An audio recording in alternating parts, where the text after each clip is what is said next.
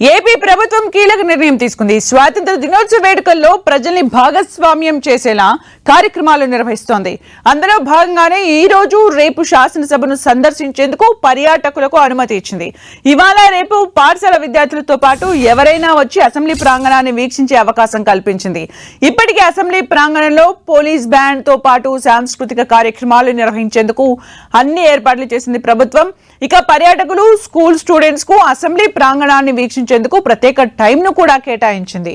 సాయంత్రం 6 గంటల నుంచి రాత్రి 9 గంటల వరకు సందర్శకులకు అసెంబ్లీ ప్రాంగణాన్ని చూసేందుకు అనుమతి ఇచ్చింది.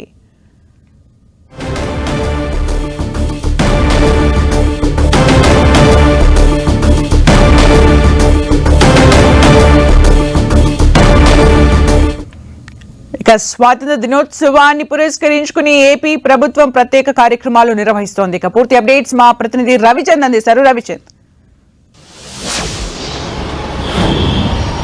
సుమిత్ర, ఆంధ్రప్రదేశ్ శాసనసభ ఒక సరికొత్త అధ్యాయానికి శ్రీకారం చుడుతుంది. ఎందుకంటే సామాన్యులు ఏదైతే అసెంబ్లీ ప్రాంగణంలో తిలకించడానికి కొంత ప్రాసెస్ అయితే ఉండేది, కానీ కొన్ని ప్రత్యేక దినాల్లో ఫ్రీగా అందరినీ వదిలి, అది లైటింగ్ కావచ్చు, స్వాతంత్ర దినోత్సవం కావచ్చు, అదేవిధంగా రిపబ్లిక్ డే, ఈ రెండు ఈవెంట్స్ ని పురస్కరించుకొని లైటింగ్స్ కావచ్చు, అక్కడ అరేంజ్మెంట్స్ అన్ని కూడా చూడడానికి సామాన్యులకి అనుమతించాలని స్పీకర్ అయ్యన్న పాత్రుడు ఒక నిర్ణయం తీసుకున్నారు. ఈ రోజు రేపు అసెంబ్లీని సుందరంగా ముస్తాబు చేశారు, లైటింగ్ ఏర్పాటు చేశారు. సాయంత్రం 6 గంటల నుంచి 9 గంటల వరకు కూడా అసెంబ్లీ ప్రాంగణంలో వీక్షించేందుకు కూడా వారికి ప్రత్యేక వెసులుబాటు కనిపించారు. ఇప్పటికే స్పీకర్ అయ్యన్న పాత్రుడు వచ్చాక ఒక విద్యార్థులను అసెంబ్లీ ప్రాంగణంలోకి అనుమతిస్తున్నారు. అసెంబ్లీలో జరుగుతున్న చర్చల సరళిని పరిశీలించేందుకు విద్యార్థులకు అవకాశం కల్పిస్తున్నారు. ఆయా స్కూల్స్ ఏదైతే ఆన్లైన్లో అప్లై చేసుకుంటే అసెంబ్లీ సెక్రటరియట్ వారిని అనుమతిస్తుంది. ఈ ప్రాసెస్ జరుగుతుంది. సరికొత్తగా ఎక్కడా లేని విధంగా ఈ విధంగా జరుగుతున్న పరిస్థితి మనం గమనిస్తున్నాం. అయితే ప్రత్యేకంగా స్వాతంత్ర దినోత్సవం కావచ్చు, రిపబ్లిక్ డేకి సంబంధించి ఏదైతే ప్రభుత్వ కార్యాలయాలన్నీ కూడా అంగరంగ వైభవంగా ఉంటాయి, లైటింగ్ ఏర్పాటు చేశారు, ఒక పండగ వాతావరణంలో ఉంటున్న పరిస్థితి ఉంటుంది. ఈ నేపథ్యంలో స్పీకర్ అయ్యన్న పాత్రుడు ఇలాంటి సందర్భంలో ప్రజలను ఆహ్వానించి ఇక్కడ జరిగే అరేంజ్మెంట్స్ కావచ్చు, కొన్ని సాంస్కృతిక కార్యక్రమాలు, దేశభక్తిని పెంపొందించేలా ఉండే వ్యవహారాలకు శ్రీకారం చుట్టారు. అందువల్ల ఒక బ్యాండ్ని కూడా ఏర్పాటు చేశారు. సాంస్కృతిక కార్యక్రమాలు, దేశ స్వాతంత్రం ఏ విధంగా వచ్చింది, దానికోసం పోరాటం చేసిన యోధుల గురించి కావచ్చు, కొన్ని ప్రత్యేకమైన కార్యక్రమాలు కూడా రూపొందిస్తున్నారు. దీనికి సంబంధించి అసెంబ్లీ ప్రాంగణంలోనే అన్ని ఏర్పాట్లు చేశారు. విద్యార్థులు, అదేవిధంగా ప్రత్యేక బస్సులను కూడా ఏర్పాటు చేయమని చెప్పి కూడా స్పీకర్ అధికారులను కోరడం జరిగింది. ఎందుకంటే సచివాలయం వరకు కూడా బస్సులు అయితే కొంత నైట్ టైం ఇబ్బంది ఉంటుంది, ప్రత్యేక బస్సులు కూడా ఏర్పాటు చేయమన్నారు. ఈ విధంగా విద్యార్థులు కావచ్చు, సామాన్యులు కావచ్చు, అసెంబ్లీ ప్రాంగణంలో లైటింగ్ కావచ్చు, అక్కడ ఉండే సాంస్కృతిక కార్యక్రమాలను వీక్షించేందుకు కూడా ప్రత్యేక ఏర్పాట్లు చేశారు. దీనికి స్పీకర్ అయ్యన్న పాత్రుడు అయితే ప్రత్యేక చొరవ తీసుకున్నారు. ఇవాళ రేపు ఈ అవకాశం ఉంటుంది. అదేవిధంగా రిపబ్లిక్ డే రోజు కూడా 2 రోజుల పాటు ఈ అవకాశాన్ని కల్పిస్తామని కూడా స్పీకర్ చెప్తూ ఉన్నారు. అంటే రవిచంద్, ఎవరైతే విద్యార్థులు రావాలి అనుకుంటున్నారో వాళ్ళు ఎలా వెళ్ళాలి, ప్రాసెస్ ఏంటి అసలు? అంటే ఇప్పుడు వరకు కూడా దీనికి సంబంధించి ఇవాళ రేపు అందరినీ అనుమతిస్తారు.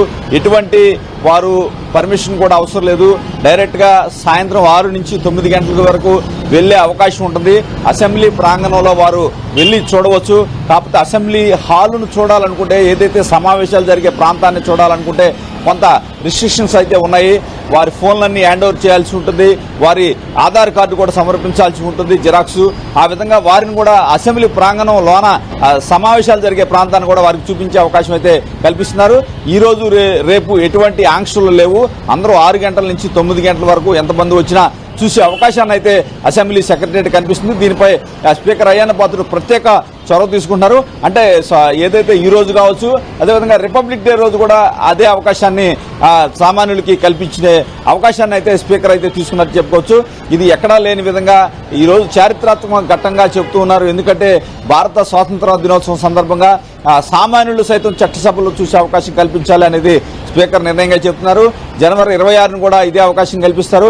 జనవరి 25, 26 ఆ 2 రోజులు, ఈరోజు 14, 15 ఈ 2 రోజులు, మొత్తం కూడా ఈ 4 రోజులు కూడా ఎటువంటి ఆంక్షలు లేకుండా ప్రజలు స్వచ్ఛందంగా వచ్చి అసెంబ్లీ ప్రాంగణంలో అంతా అక్కడ ఉన్న ఏర్పాట్లన్నీ తిలకించే అవకాశం ఉంది. ఆ లైటింగ్ కావచ్చు అన్ని కూడా రాత్రి నుంచే దగదగ కాంతులతో అసెంబ్లీ ప్రాంగణం అంతా మెరుస్తున్న పరిస్థితి మనకు కనిపిస్తుంది. Sumitra, thank you Ravichand for the updates. మొత్తానికి స్వాతంత్ర దినోత్సవాన్ని పురస్కరించుకొని ఏపీ ప్రభుత్వం ప్రజల్ని కూడా భాగస్వామ్యుల్ని చేసే దిశగా అడుగులు వేస్తోంది అని చెప్పుకోవచ్చు.